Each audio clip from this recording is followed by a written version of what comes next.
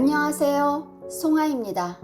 이번 시간에는 12지지 중에서 겨울에 해당하는 해자에 대해서 공부하겠습니다. 지지를 음양으로 나눔에 있어서 첫 번째 상반기인 자에서 축, 인, 묘, 진, 사까지가 양이고 하반기에는 오에서 미, 신, 유, 술, 해까지를 음으로 나눌 수 있습니다. 이것은 동지에서 양이 생하고 하지에서 음이 생하는 이치에서 기준합니다. 두 번째는 인에서 묘, 진, 사, 오, 미까지가 양이고 신에서 유, 술, 해, 자, 축까지를 음으로 나눌 수 있습니다. 이것은 목화를 양으로 하고 금수를 음으로 음양의 에너지를 기준한 것입니다. 명리학에서는 자, 인, 진, 오, 신, 수를 양지로 하고 축, 묘, 사, 미, 유, 해를 음지로 나누고 있습니다. 그래서 천간과 지지를 세울 때 갑인이나 을묘처럼 양은 양끼리, 음은 음끼리 간지를 이룹니다.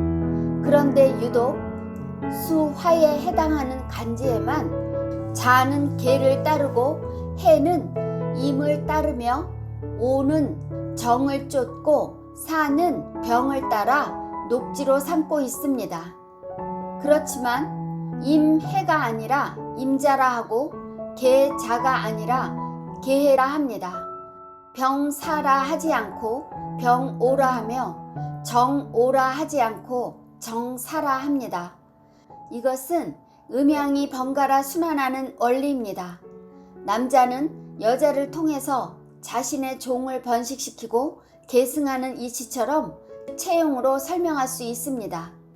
음양 오행을 이끌고 가는 수와 화의 에너지는 음양의 전환이 있어야 순환할 수 있기 때문입니다.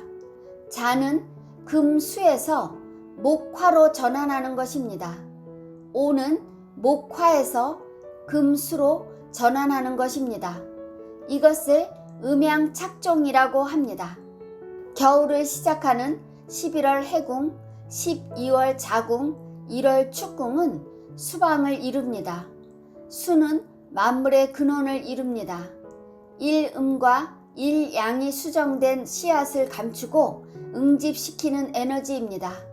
수는 겨울에 감응하고 북방에 거처합니다. 11월의 해궁은 입동에서 시작합니다. 입동에서 겨울로 들어서는 채비를 합니다. 그래서 동면하는 동물들은 굴을 파고 숨고 겨울 들판의 나무들도 최소한의 모습만 남깁니다. 보름 후 소설이 되면 찬바람이 심하게 부니 추운 겨울이 본격적으로 시작됩니다. 11월 해궁은 임수의 녹지입니다. 방향은 서북방이고 시간은 밤 9시 30분에서 11시 30분까지이고 겨울을 담당합니다. 해궁에 이르면 비와 눈이 섞여 내리고 바람이 부니 겨울의 한기를 생합니다.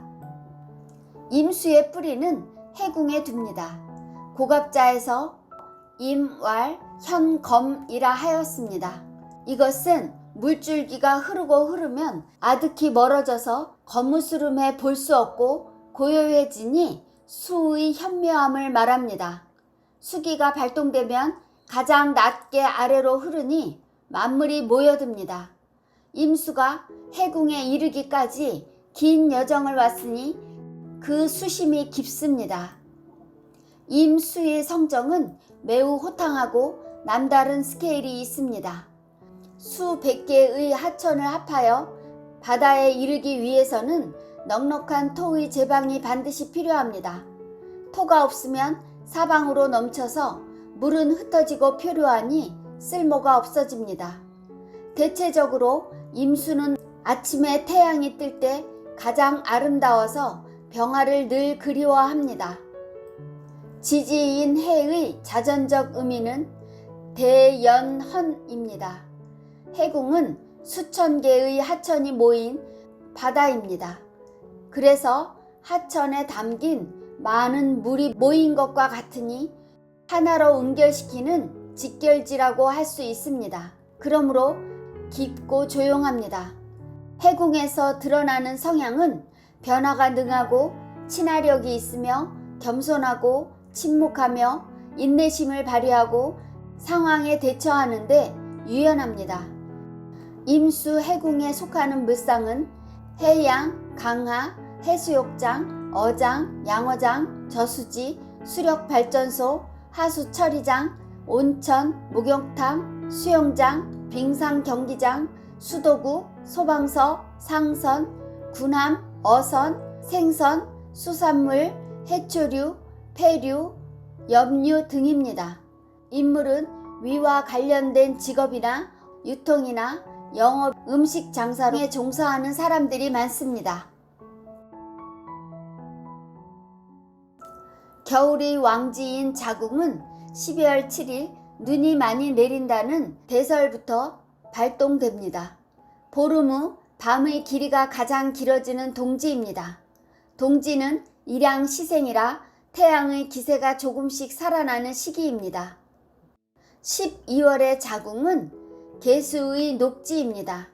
방향은 북방이며 시간은 밤 11시 30분에서 1시 30분까지입니다. 자궁은 음한함이 극에 이르고 있습니다. 그러나 음이 극에 이르면 양을 생하니 만물의 생기가 시작됩니다.